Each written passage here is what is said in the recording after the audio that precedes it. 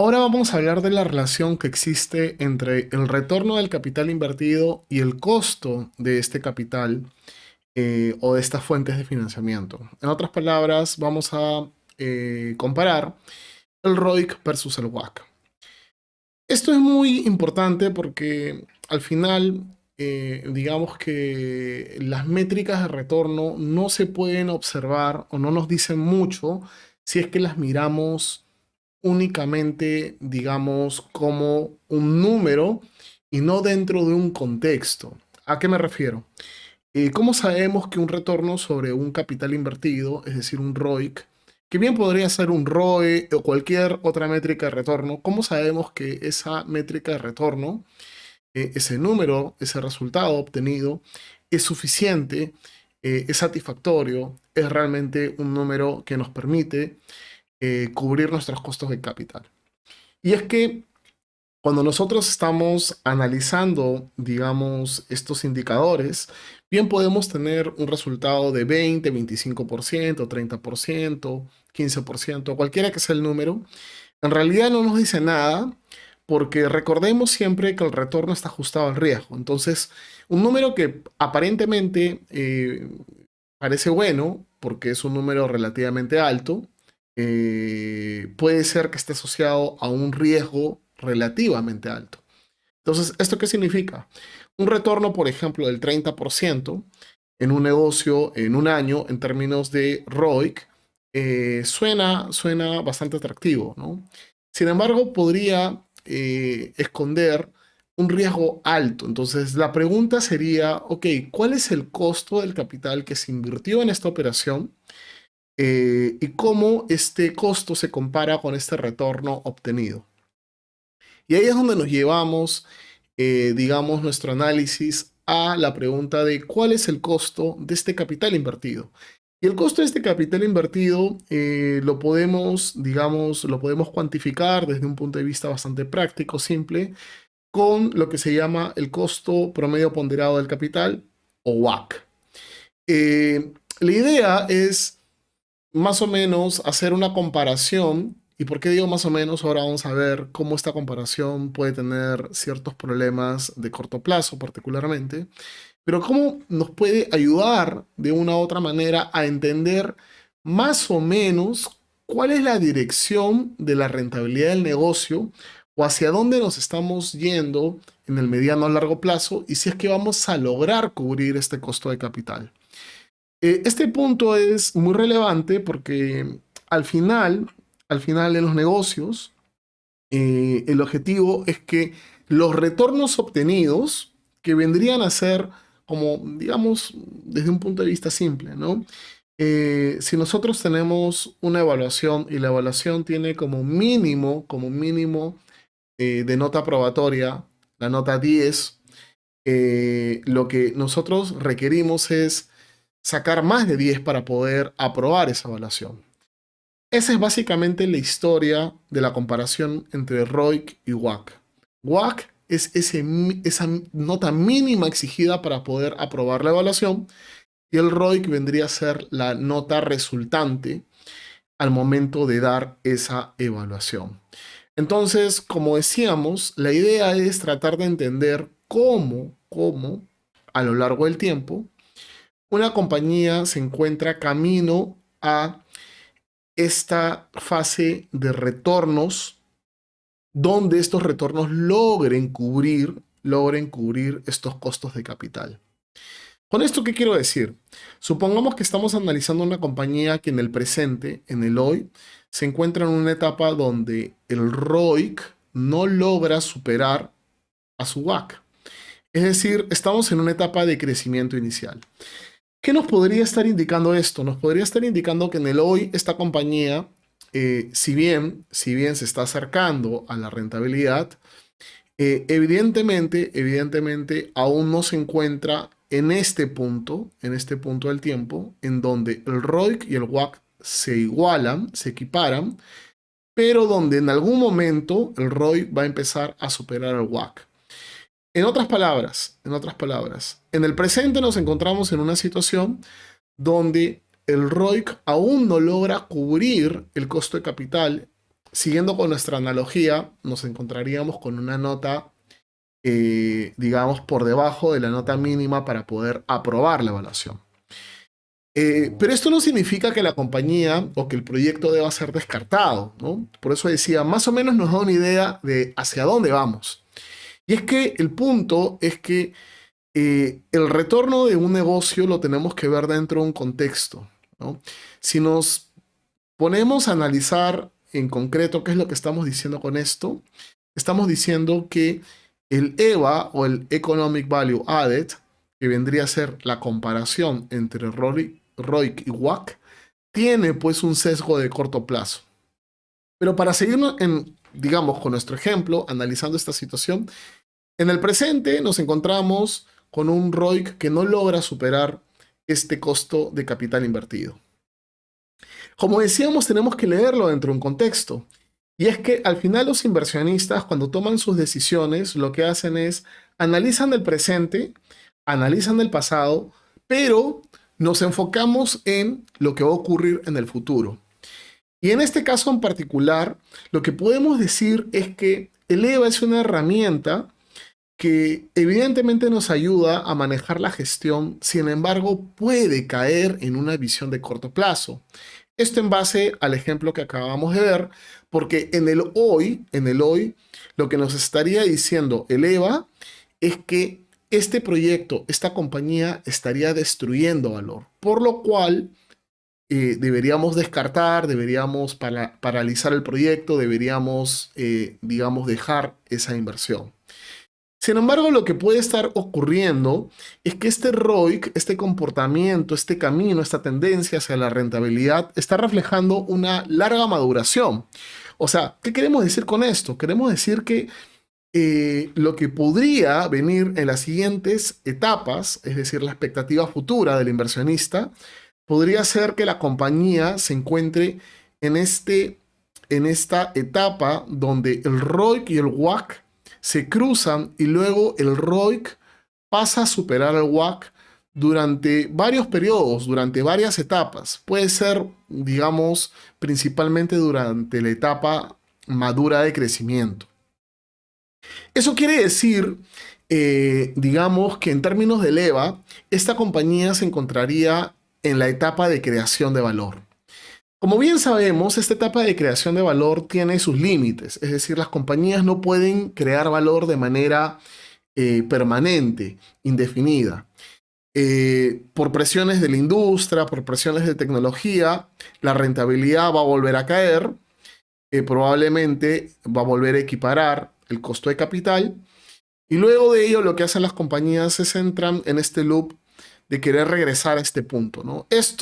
Este loop, digamos, positivo, este loop positivo puede estar interpretado, por ejemplo, interpretado con empresas que están buscando innovar o están buscando el diseño, creación de nuevos productos, de nuevas oportunidades. Básicamente lo que estamos queriendo decir es que los negocios buscan embarcarse en nuevos proyectos que les permitan poder regresar a ese punto de rentabilidad y mantenerse, digamos, relevantes en el mercado.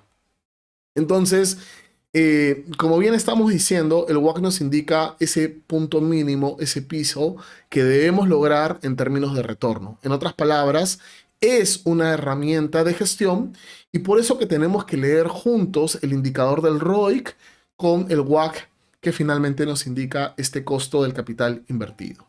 Entonces, veamos un ejemplo práctico sobre el ROIC versus el WACC. Imaginemos que tenemos una compañía que tiene activos de 110 dólares para simplificar la situación. En el otro lado, lo que va a tener son pasivos y patrimonio.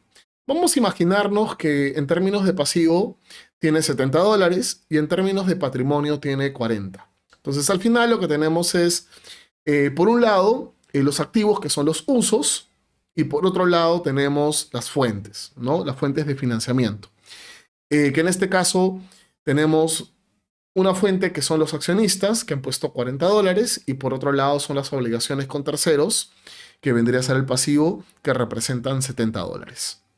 Entonces al final, digamos, en la ecuación contable, que siempre es importante tenerla en mente, tenemos por un lado los usos y luego las fuentes de financiamiento.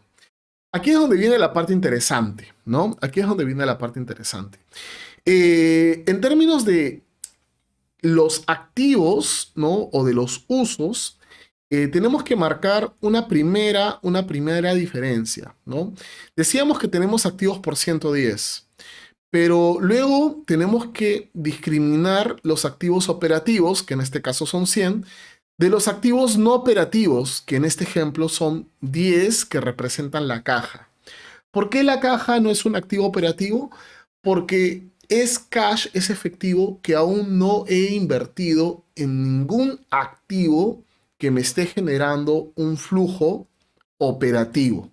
En otras palabras, es dinero que tengo como reserva, pero que aún no le he hecho uso para poder invertir en el negocio.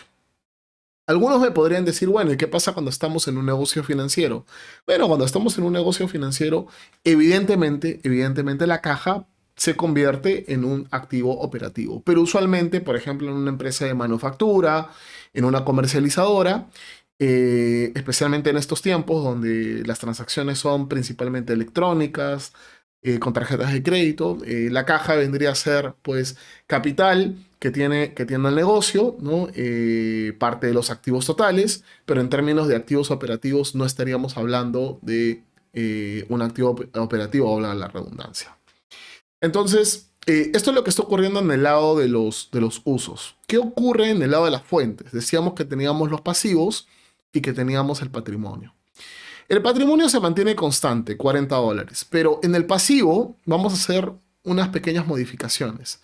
La primera modificación es que estamos separando los pasivos operativos, usualmente cuentas por pagar, con la deuda total, ¿no? En este caso estamos diciendo $45 vienen de deuda total, deuda financiera, acreedores, bancos, $45, y 25 vienen de obligaciones comerciales con mis proveedores.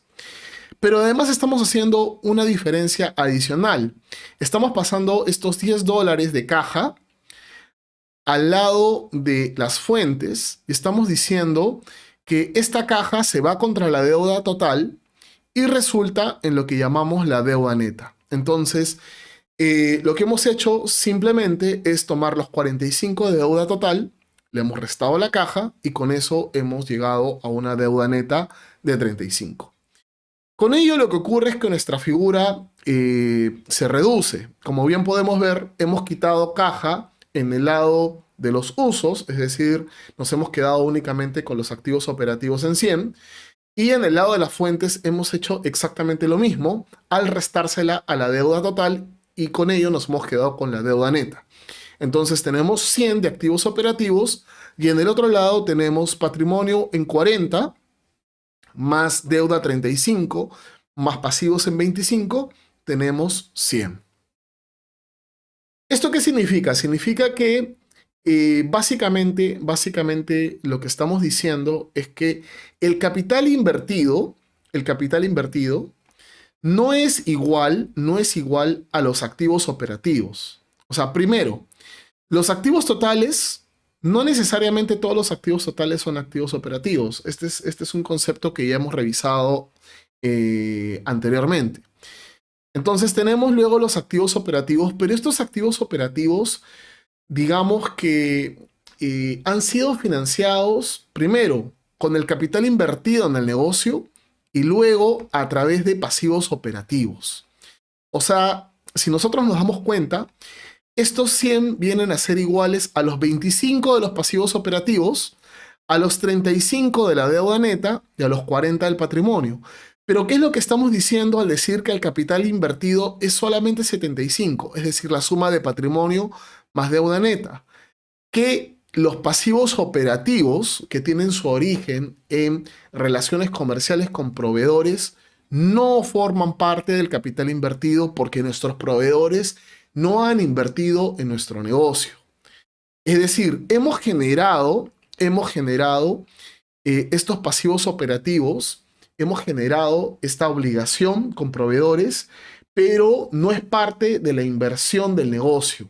Es un financiamiento que tiene una naturaleza comercial. En otras palabras, el capital invertido, que en este caso es 75, no es igual a los activos operativos. La diferencia se explica por estos pasivos operativos que hemos generado a partir de nuestras relaciones comerciales. Entonces, reordenando todo esto y aclarando la figura en esta diapositiva, lo que podemos ver es activos operativos, lo voy a repetir 100, pasivos operativos 25, deuda neta 35 y patrimonio 40 son exactamente las fuentes que explican mis activos operativos. Sin embargo, cuando quiero pasar a lo que es el capital invertido, no debo considerar estos pasivos operativos. Y esto es bien interesante porque si nosotros queremos calcular el capital invertido desde el otro lado, es decir, desde el lado de los usos, vamos a llegar a la siguiente conclusión. Miren, imaginemos que tenemos activos fijos por 60 y que tenemos cuentas por cobrar e inventarios que suman 40. ¿Ok? Y como bien hemos dicho, nuestras cuentas por pagar son 25. Entonces, la pregunta es, ¿cómo llego, cómo reconcilio lo que yo he dicho en la parte de las fuentes? He dicho, deuda neta, 35 más patrimonio, 40, son igual a 75 de capital invertido. Bueno, bien sencillo. Tomo estas cuentas por pagar y las paso al lado opuesto, donde tengo las cuentas por cobrar y los inventarios. Y con eso, ¿qué es lo que he hecho? He calculado mi capital de trabajo operativo neto o Net Operating Working Capital, que en este caso sería $15. ¿Por qué sería $15? Porque a los 40 le he restado los 25 y con ello me he quedado con 15. Estos 15 más los 60 de los activos fijos van a sumar los 75 de capital invertido. En otras palabras, a partir de los usos he llegado al mismo resultado. 75 de capital invertido, 75 de capital invertido. Entonces, esto es muy interesante porque al final lo que yo puedo decir desde un punto de vista de análisis es que los usos van a generarme un retorno en términos de ROIC. Los usos me van a generar un retorno en términos de ROIC. Y las fuentes tienen su costo asociado, su costo de capital. Por ejemplo, la deuda tiene su costo de deuda y el patrimonio tiene su expectativa de retorno o la expectativa de retorno de los inversionistas, de los accionistas de la compañía, ¿no? Representada por el CAE o por el Cost of Equity o costo de capital, COC. Entonces, para calcular el WACC, lo que nosotros hacemos es que a estos costos los multiplicamos por sus pesos relativos, ¿no? Recordemos que en el caso de la deuda financiera, esta deuda financiera, digamos, tiene un beneficio tributario porque, como bien sabemos, el gasto financiero es un gasto deducible para el cálculo de los impuestos. Entonces, eso se tiene que ver reflejado también en la construcción del costo de capital. En otras palabras, el costo de la deuda tiene un beneficio adicional que viene por el lado tributario. Por eso le restamos el 1 menos la tasa impositiva. Bueno, entonces hemos dicho que a estos costos o a estas expectativas de retorno, tanto de los acreedores como de los accionistas, las tenemos que multiplicar por sus pesos relativos. Estos pesos relativos, a diferencia del ROIC, estos pesos relativos tienen que estar a valor de mercado. ¿Eso qué significa?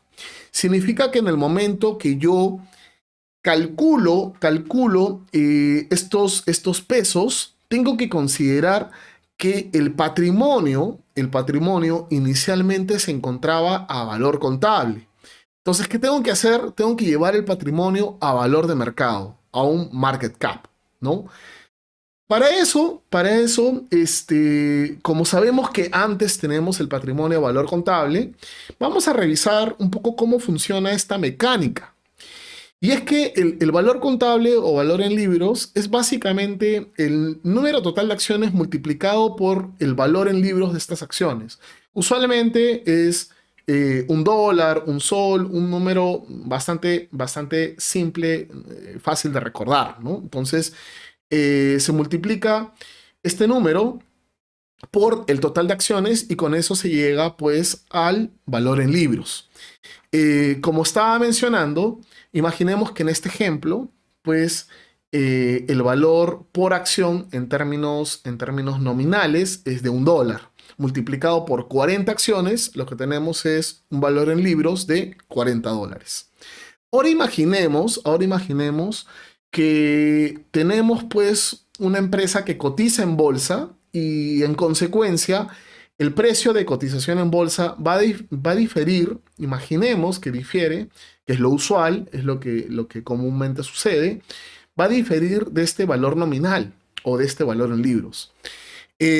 Por ello, lo que decimos es que el valor del equity o el market cap es básicamente este número de acciones que hemos mencionado hace un momento multiplicado por el precio de mercado de cada una de las acciones. En este caso, estamos diciendo que las acciones en el mercado se están cotizando a $2 versus $1 a valor contable o valor nominal. Eso significa que el equity value o market cap o el valor de mercado del patrimonio ya no es de 40, sino es de 80. ¿Por qué? Porque hemos multiplicado el precio de mercado por el número de acciones. Esto lo que nos lleva en nuestro ejemplo anterior es que ahora el patrimonio ya no vale 40, sino vale 80. Eso significa que el capital invertido ha pasado a ser 115. ¿Por qué? Porque hemos sumado estos 80 de market cap o equity value más los 35 de la deuda neta. Este efecto básicamente se explica porque hemos llevado al patrimonio a valor de mercado. Entonces, digamos, con estos nuevos números, recién vamos a hacer el cálculo de los pesos relativos. Por eso es importante recordar que, digamos, los pesos relativos en la tasa de descuento, en el WACC, en esta tasa mínima requerida o costo de capital promedio ponderado, porque tiene todos estos nombres y de repente muchos otros más, se hace a valor de mercado. Esta, digamos, es una posición, pero recordemos que existen en finanzas diferentes posiciones. Yo en este momento estoy explicando la posición que yo considero que es, digamos, la más lógica, ¿no? El costo de capital tiene que estar a valor de mercado, porque básicamente los costos son, digamos, los costos de estas fuentes de financiamiento que vienen a ser la deuda digamos, el patrimonio de los accionistas o las acciones de los dueños de la empresa. Estos costos están a costos de mercado, ¿no? Principalmente este, el costo del capital de los accionistas, porque este se va actualizando recurrentemente, ¿no? En el caso del costo de la deuda, se va a ir actualizando en la medida que la compañía vaya cambiando su perfil de riesgo, principalmente, ¿no? Principalmente. Entonces, estos pesos relativos se van a calcular con esta nueva estructura de capital, que es una estructura de capital a valor de mercado. Entonces, los pesos relativos que obtenemos en este caso son 30 y 70. ¿Cómo hemos llegado al 30? Hemos tomado los 35 de deuda neta y los hemos dividido entre los 115 que tenemos de capital invertido. ¿Cómo hemos llegado al 70%? Hemos dividido 80 entre 115. Entonces con esto tenemos nuestros pesos, 30 para la deuda y 70 para el patrimonio a valor de mercado. Digamos que el resultado de esto, alguien podría intuir rápidamente que acá tendríamos un desbalance, ¿no? Estaríamos diciendo que para términos del ROIC, estamos utilizando el capital invertido a valor contable, pero para términos de, digamos, el WACC, estamos utilizando un capital invertido a valor de mercado. La diferencia se explica principalmente entre estos 75 y estos 115 en el market cap de la compañía. Esta diferencia lo que quiere decir es básicamente que el costo de capital o el WACC está afecto o afectado por las variables de mercado. Por ello es que es importante que se calcule a valor de mercado. Como nos estamos dando cuenta, básicamente el efecto viene por la revalorización o el recálculo del patrimonio, porque es la única variable que hemos llevado a valor de mercado. En otras palabras, lo que estamos diciendo es que el costo de los accionistas, el costo de los accionistas va a estar asociado no únicamente a este retorno esperado de los accionistas o de los inversionistas en el negocio, sino también por su valorización de mercado o digamos esta expectativa en términos de valor, ¿no? Porque si las acciones de la empresa suben en precio, lo que va a ocurrir es que el market cap se hace cada vez más alto y en otras palabras, lo que va a ocurrir es que el peso relativo de el patrimonio o del capital de los accionistas se va a hacer más importante en la ecuación de financiamiento. Eso nos lleva a varias reflexiones que en este momento no las vamos a tocar, pero lo importante es tener en cuenta que el WACC o el costo de capital está asociado a variables de mercado. Por eso es que hacemos esa conversión. En el caso del ROIC, lo que estamos diciendo básicamente es que estamos midiendo cuál es el retorno sobre la inversión que se realizó en el pasado. Una inversión ya estática. Es decir, el capital invertido a $75 significa el dinero que se puso en el momento que se inició, digamos, la operación. Sobre esa inversión inicial, que a lo largo del tiempo se va a ir modificando porque en la medida que vayamos haciendo reinversiones, ese capital invertido en términos contables se va a incrementar. Así es como hacemos el cálculo, ¿no? En la medida que estamos analizando la inversión pasada, estamos calculando el retorno sobre esa inversión pasada. Sin embargo, digamos la comparación como se va a hacer en términos de tasas de retorno y de tasas de costo, no va a generar ninguna distorsión, porque básicamente lo que estamos diciendo es que las bases de cálculo son diferentes. En el caso del ROIC, estamos diciendo que la base de cálculo es contable, por eso que el capital invertido es de $75, y en el caso del WACC, estamos diciendo que la base no es contable, sino es a valor de mercado, por eso que el capital invertido a valor de mercado es de 115. Una última reflexión que es importante considerar es que finalmente lo que estaríamos diciendo es que tenemos dos fuentes de valor en esta ecuación. Fuente de valor número 1, asociada principalmente a el valor de la compañía. El valor de la compañía está asociado a los flujos de caja libre de la empresa o free cash flow to the firm. Y estos flujos de caja, digamos, esta sumatoria, estos flujos de caja, descontados ¿a qué tasa? A la tasa del costo de capital promedio ponderado, que vendría a ser el WACC. Esto, digamos, en términos de valor, podríamos decir que el valor de la empresa es igual a la deuda neta más el valor de mercado del patrimonio. O sea, en otras palabras, el capital invertido a valor de mercado vendría a ser el valor de la empresa. Este valor de la empresa está compuesto por dos variables: deuda neta, que es una variable fija, y luego el market cap o equity value, que en este caso es 80. Entonces, ¿cómo podremos valorizar el patrimonio? Simplemente, en vez de tomar el flujo de caja libre de la empresa, tomamos el flujo de caja libre del patrimonio o del accionista, o el free cash flow to equity. Este flujo de caja libre del accionista lo descontamos ya no al WACC, sino al costo de capital del accionista o a la tasa esperada de retorno del accionista que vendría a ser el COC. Entonces, en otras palabras, lo que estamos diciendo es que en términos de valor de mercado, podemos valorizar el patrimonio, le sumamos la deuda neta y con eso tenemos el valor de la empresa.